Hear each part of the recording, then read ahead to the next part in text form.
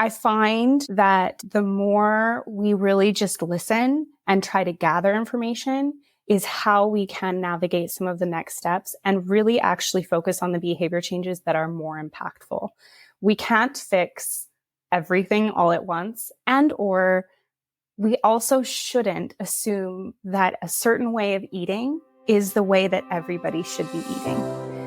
Are you ready to transform the way you communicate about nutrition with your patients? Welcome to Exam Room Nutrition, the podcast where the worlds of nutrition, medicine, and communication collide. Whether you're a seasoned physician or a healthcare student, this podcast is for you. So stick around and let's make our patients healthier, one exam room at a time. Hello and welcome back to the Exam Room Nutrition Podcast. I'm your host, Colleen Sloan. I'm a registered dietitian and pediatric PA. Our topic this week is going to resonate with a lot of listeners because we're going to learn how we can address parents' weight concern about their child without causing any harm or damaging the child's self-esteem. We're going to uncover the do's and don'ts of discussing weight with children. We're going to explore the impact of our words and our actions on their self-perception and their overall well-being. Finding the right words to address weight concerns can be extremely challenging. That's why I'm so thrilled to introduce my guest today, Leah Hackney.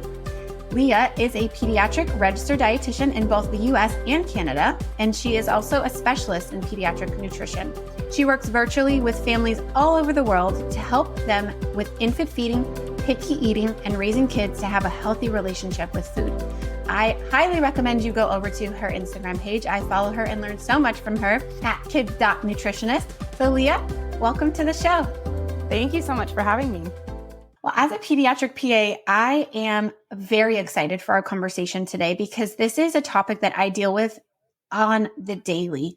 Even just yesterday, I was doing a well check for two brothers. I think they were ages 8 and 10. And the very first thing the mom had said is, what can I do about his weight? How do I help him lose weight? So the topic of childhood nutrition and weight is very difficult.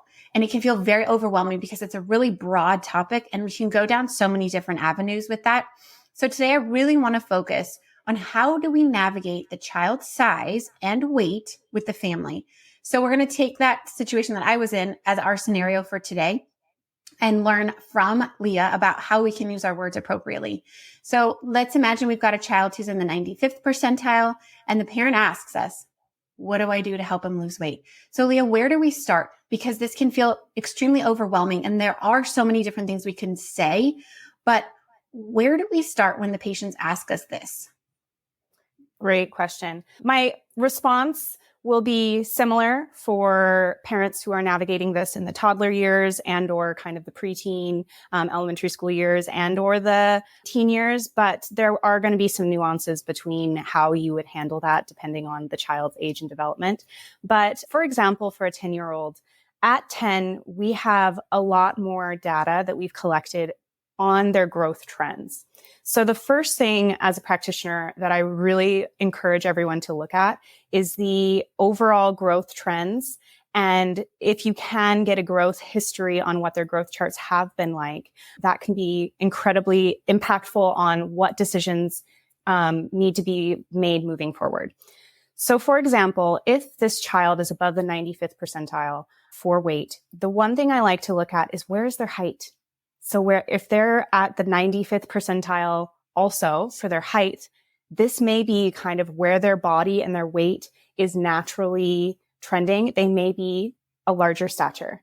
So instead of just immediately looking at the weight, we also need to kind of adjust. I also like to look at where the parents and maybe grandparents fall genetically, if you can get this history at all, and just see what kind of growth patterns did maybe they experience when they were children. As in the pediatric population, it's really common to see what I call like a peak and a plateau in growth, where you have like some rapid times of growth and you might have some plateaus. We especially know this in the infant period, like that first year we know and we see it drastically. And then we see a slower growth into toddlerhood. And then we also see some peaks kind of entering around that 10-year mark, 10 to 13. We see some peaks and then we see some peaks again later, especially for boys. So taking a look at where they're at developmentally, as a clinician, really taking into consideration age, any peaks and plateaus in where their growth may be falling, and also anticipating in the future. He also, as a boy, we know they grow even past 18 years. So he may have 10 plus more years of growth. So in this way, it's really helpful to also kind of look at that bigger picture first. So after you've gathered that bigger picture, whether that's asking a few more questions just about some growth patterns and trends, I really like to just ask very open-ended questions. Now, I know this is difficult when you have 15 minutes with the patient and you have 30 people in the waiting room and you have a lot going on, but I like to just see if you can get a little bit more of a history, because I find as clinicians, it's really easy to want to just jump in and fix the problem and say, well, you need to actually cut out this, and then just eat more fruits and vegetables. But that doesn't address the child's preferences for food, especially at 10, they have some stronger preferences. That doesn't address the family's eating environment, cooking methods. That doesn't address food accessibility. So just because they're at your office, they paid the copay, maybe that was a lot of money for them. Maybe this is something that is really expensive, and food accessibility is really challenging. We know we have crazy inflation with food right now all across North America. So then also think about education. Some people may be able to afford certain foods or have access to certain foods, but in terms of cooking competency and education, maybe they're just not as confident as a family. Maybe there are 5 children and this is the middle child, or maybe this is the oldest. What if this child is the one who is doing the cooking? I've seen this a lot with families where maybe the older child is actually the one who is cooking because parents are working multiple jobs. So the more you can know about the history of the family and the eating environment, the better. And that's where I really just like to ask the question, can you tell me more about your family's eating environment? And the first thing I would ask is, to get a little bit more specificity, I would ask, can you tell me about what kind of fluids he, she, they are drinking throughout the day? And can you tell me about how many meals and or snacks they are getting? Once you've received that information, you can kind of then divert where you would like to focus. If you're finding that a child is consuming maybe something like a large amount of juice and or sodas or anything like that, then that's where maybe you can see if the family is also willing to make these changes. So if they're asking about, if they're asking about weight, if they're asking about what can I do to navigate this weight situation, I would then also see where they're willing to focus their changes. There are some changes some people are not willing to make regarding food and their eating environment and their nutrition. So just asking that open-ended question of like, where do you feel you can also focus on any changes, and or what do you feel like is a reasonable change for your family? Some of those questions seem very broad, but you might be able to get that one quick tip, that one change, that one lifestyle change that will be more impactful for them for the long run. I also like to, again, think about the long run with their nutrition. The changes will not be immediate. It is challenging. It is a behavior change as well as food accessibility, as well as, the whole family kind of getting on board with this being something that they want to navigate. I also want to emphasize this too with parents. Because the child is growing, I don't actually, at this age of 10 and even kind of under these 18 years, I actually rarely recommend anything that is indicating we want weight loss. We want to actually see them eating a variety in their diet, drinking water as one of their main fluids, and we want to see where their growth is going to go. So if we have some foundation for a wide variety of diet that includes fiber, fats, proteins, carbohydrates, that also has water as a main fluid, then we also want to see them where their body is going to naturally fall. So in terms of necessarily a parent asks, what can I do to get them to lose weight? I actually would kind of backtrack with them to see if we can change their mindset, because weight loss a lot in the pediatric population is not always necessarily a good thing. And it's not necessarily something that we are really looking to have as a final outcome, because their bodies are growing. And the reason why I say this is, it's a lot of clinicians may not agree with me, but what I actually call it is, you are wanting to see their weight stabilize. We're not wanting to see it increase. We're not wanting to see, a huge peak. We're wanting it to stabilize, and we're wanting to see where their body grows to catch up. We know with a lot of kids, especially before some growth spurts, they may grow out before they grow up.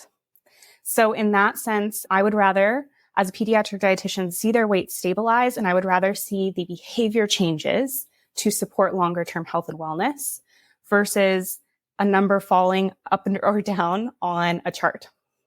So it is a little bit of a mindset shift, because sometimes when someone comes in and they ask us, what do I do to lose weight? We just want to say, hey, here's the answer. Here's the fix. Drink water, eat vegetables. How? That's where parents are probably thinking, how? So depending on what their response is, where they're navigating fluids. So I'll give fluid as one example. Let's say you find out at 10, they are drinking 4 glasses that are 8 to 10 plus ounces of milk a day, or they are drinking 4 cans of soda a day. That would be something where you would ask, is this something that your family is willing to work on to make water a little bit more of a priority? And you can talk about the American Academy of Pediatric guidelines. You can say, the American Academy of Pediatrics really does recommend water as one of the main sources of fluid for kids. How do you feel about making some of the changes? What would be a reasonable change to maybe see if we can get to that goal where water is a primary source of fluid? And kind of see if they can even come up with some examples themselves. Because if we're tossing examples to them and they're very unrelatable or inaccessible to them, it kind of already automatically closes off that trust and that relationship with the provider. If you're really running out of time, that's where maybe you can refer to them for some of the American Pediatric websites and guidelines. So that's what's great about having a lot of those guidelines, is you can say, hey, you know what? I know we're running a little bit on time. These are some of the guidelines, and I'd love to send you some more information, or the receptionist or someone can help give you some more information on this. One thing we can also educate on too is if they are maybe filling up on milk and or soda or juice, then you might find that educating them on the fact that if they are also struggling with something like picky eating or not eating as much, that can actually improve other areas of their nutrition or of their eating habits. So you can kind of mention, they might come to meals a little bit more hungry if they're not drinking milk or juice or whatever between some of these meals. Because I have an all foods fit approach, I would say that we do not necessarily need to have no soda, no juice, no milk as the goal.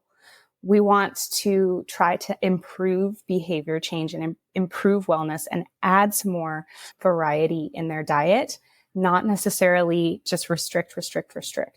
And the reason why I do say that is because we do have some evidence that some of these overly restrictive behaviors can actually backfire for some kids in the long run and lead to fixation on those foods and or overconsumption when they do have access to foods like that in the future. It really is a little bit of a moderation approach and really seeing where you can make small changes for the long run.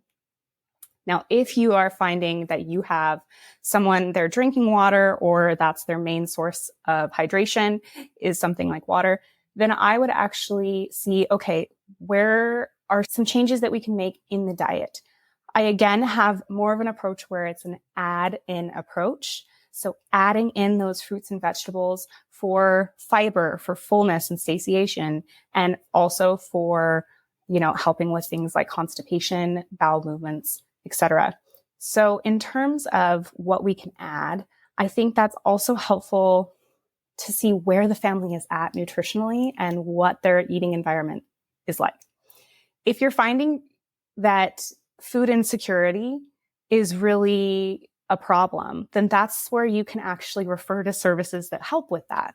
If you're finding that it's competency or cooking or time, which is very, very common with a lot of families, that's where maybe you can say, hey, you know what? Maybe a pediatric dietitian would be a great reference to help give you some options to help you save time or some recipes or something that will actually fit with your lifestyle.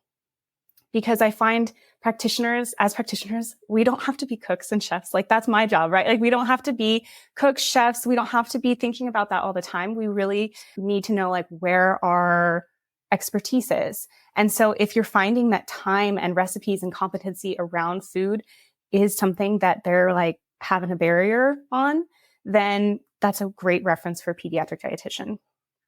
If you're also finding that, they are maybe skipping certain meals, this can be a great way to kind of acknowledge that sometimes skipping meals may actually be leading more towards a binge and restrict cycle where they maybe are overcompensating with certain meals and or snacks later in the afternoon or wherever at a different time of day.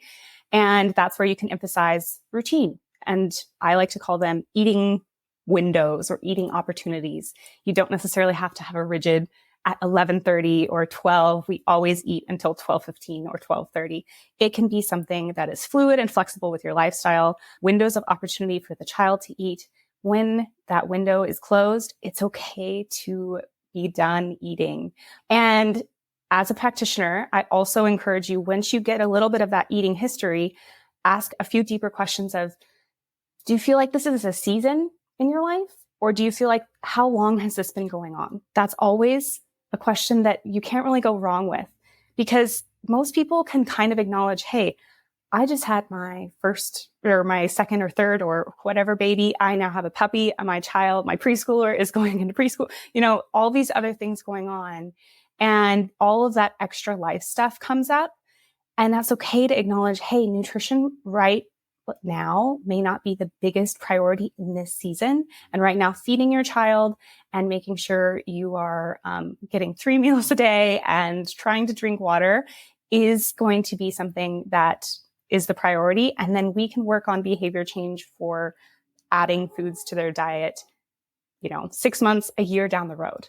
So I think sometimes it's really easy to jump to that conclusion of like, they asked to lose weight. Here are the step-by-step, here's what the Academy of Pediatrics says to lose weight. But if we are not acknowledging the humanness and people's living experiences behind what is going on with their eating, then we're really missing the mark. So, for example, if you're asking that question, do you feel like this is a season with their nutrition and or how long has this been going on? If they mention something like, you know what, they have always really, with dinner, they've just been eating, or with this food, or I find that there's just, there's something else going on and they're just really emphasizing something that's very concerning for them. I think it's always important to trust that parent gut. They know their child well, and that's, a red flag for them. And that's a great time to say, you know what, let's check into that with a pediatric dietitian. Let's check into that with another specialist so that we can figure out what's going on. I find that the more we really just listen and try to gather information is how we can navigate some of the next steps and really actually focus on the behavior changes that are more impactful. We can't fix everything all at once, and or we also shouldn't assume that a certain way of eating is the way that everybody should be eating. So just because something that has worked for our family or for us doesn't necessarily work for other people. And it's really important to recognize that just the statement of eat your vegetables and drink water and have proteins and have, some healthy fats, that statement, the variety of which that looks like with people's cultural cuisine, with their traditions, with everything going on in their life is a huge variety. So that would be one thing that I would really recommend is asking those questions. So I kind of want to circle back to some of the questions that I think I asked previously that I would potentially ask, is I would really look at the overall history, growth history, see if there's a genetic component of what's going on, see where their weight falls, see where their family history regarding weight and or growth has trended, and really just asking, can you tell me more about the eating environment? You can even just be broad. Tell me more about what they're drinking throughout the day, and tell me more about their meals and snacks, how many they're having, what that looks like for your family. And then once you're kind of going from there, I like to really address either fluids and or food. And then after that, really stay in your lane of where, of what you feel comfortable with. And I mean, stay in your lane as nicely as possible, of just that we cannot fix everything. And that just the blanket statements of, eat your vegetables, eat this, eat X, Y, and Z are going to look really different for every family. This is why you are the expert. And I am so grateful that you are here, because what an excellent answer to what can sound like an easy question, right? Like, I want my child to lose weight. Give me a meal plan is essentially kind of what they're asking for. And it was so important that you broke that down for us so we can really get down to the bottom of it. Now, I wanted to focus in on something that you mentioned, specifically not focusing on the weight, the number that's on the scale, and focusing more on the healthy lifestyle. Because what I see that happens, I watch the patient when the mom says, he's too fat, he needs to lose weight, he drinks soda, he this. That patient or that child's body language completely just shatters. And it's heartbreaking because they feel so embarrassed and they feel so bad about themselves because maybe they don't eat very healthy. Maybe the things mom's saying is true, but it's very hurtful.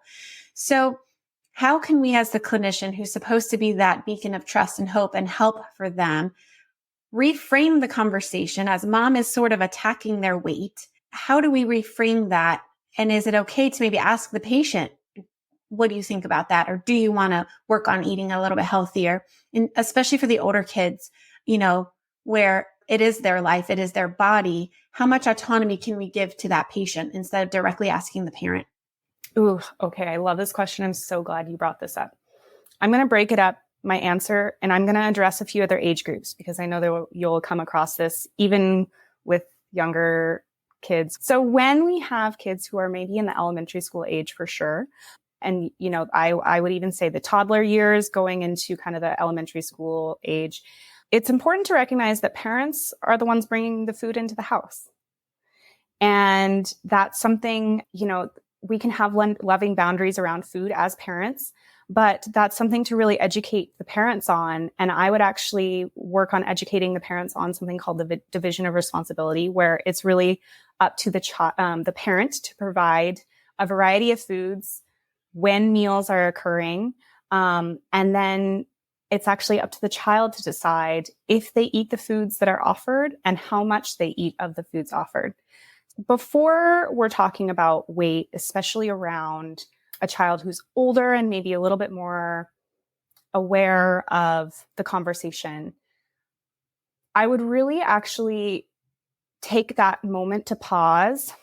And it's okay to actually see if there's a time where there needs to be a separation of the child and the parent in that setting of like, hey, is it okay if I actually talk about this with your parents really fast? Or can I, I'd like to just discuss something X, Y, and Z with your parents really fast.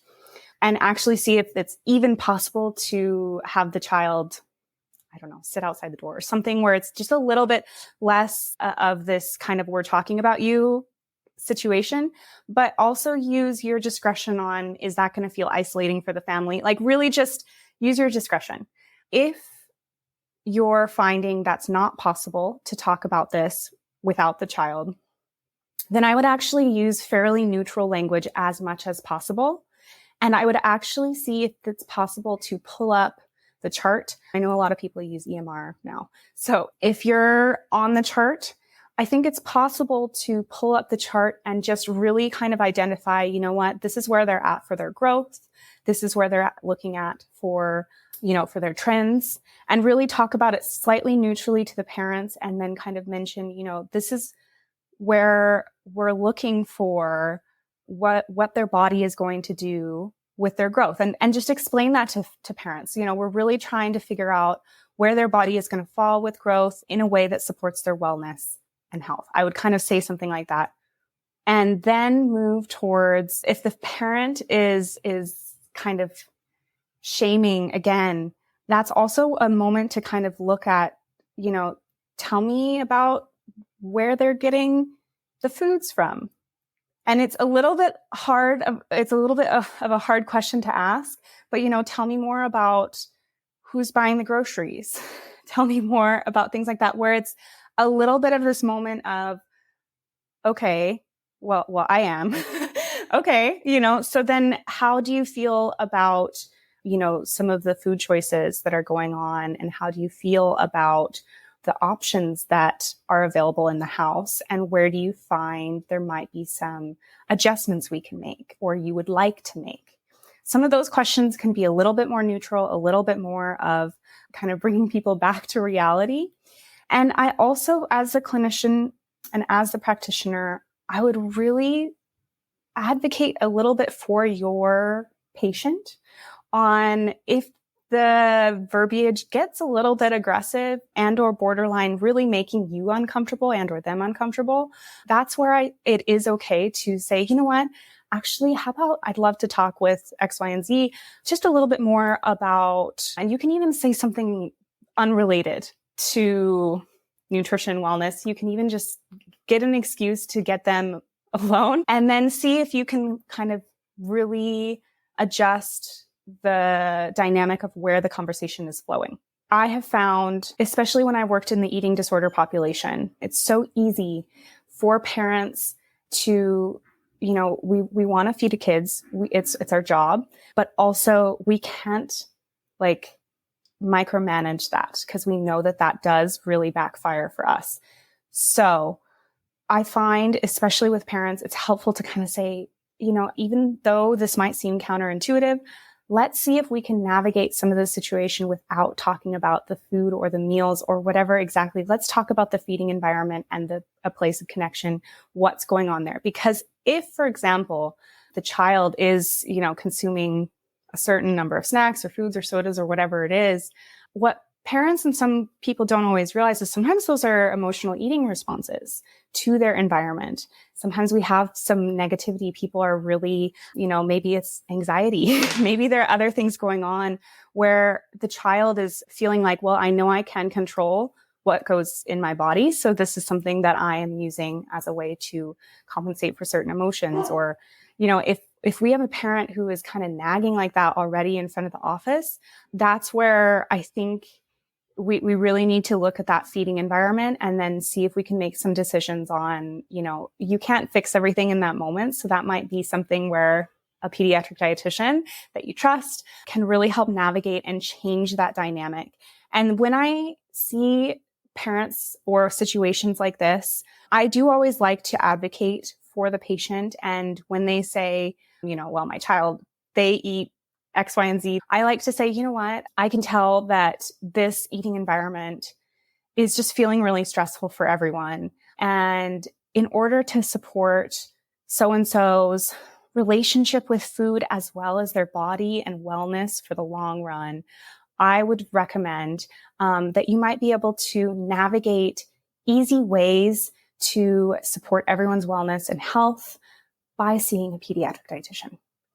I really find that if we can just lead with kindness and really lead with understanding and kindness and relatability, that we're not aiming for any kind of perfection, and that also explaining to parents, that all foods can fit in a diet and there can be wellness supported as well for kids, can definitely be something that is challenging for parents, some parents to hear, but also something that maybe a message they do need to hear.